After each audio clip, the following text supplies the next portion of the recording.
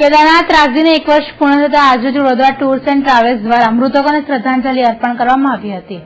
ગત વર્ષે ઉત્તરાખંડમાં આવેલ સંકટમાં સેંકડો લોકોના મોત થયા હતા, જેમાં મોટા પ્રમાણમાં પ્રવાસી હતા। હજારો પ્રવાસીના મોતથી વડોદરા ટૂર્સ એન્ડ ટ્રાવેલ્સ પણ આહત થયો હતો। આજે કેદારનાથ રાગજીને વર્ષ પૂરા થતા Vadodara tours and travels association દ્વારા દિનેશ પટેલની હાજરીમાં મૃતકોને શ્રદ્ધાંજલિ અર્પણ કરવામાં આવી હતી।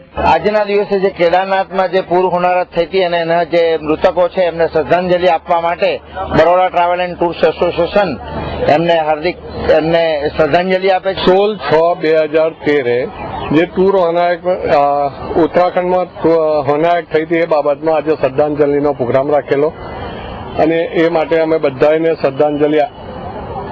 સુંદરપુરા ગામમાં ગ્રુપ શાળા શરૂ કરવાની વાતે આજે ગ્રામજનોએ જિલ્લા પંચાયત ખાતે શિક્ષણ સમિતિના ચેરમેને રજૂઆત કરી હતી।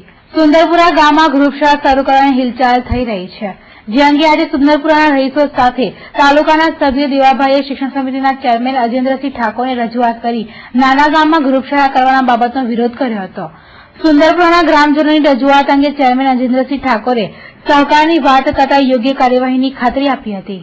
અમારે ત્યાં જે ગ્રુપ શાળા મૂકી હતી એ અમારે જરૂર નથી એમ અમારા ગામ પૂરતી, અને ગામનું લેવલ જોતા એ ગ્રુપ શાળા ત્યાં ઇન્વાઇટ કરે તો અમને શિક્ષણમાં થોડી તકલીફ પડતી હતી, બાળકોનો અભ્યાસ બગડે, શિક્ષકો પર થોડો લોડ આવી જાય, એટલે અમે સાહેબને રજૂઆત કરે કે ભાઈ આ ગ્રુપ શાળા છે તો તમે જે હતી તે મૂકો અથવા બીજા કોઈ ગામ પર લઈ જાઓ।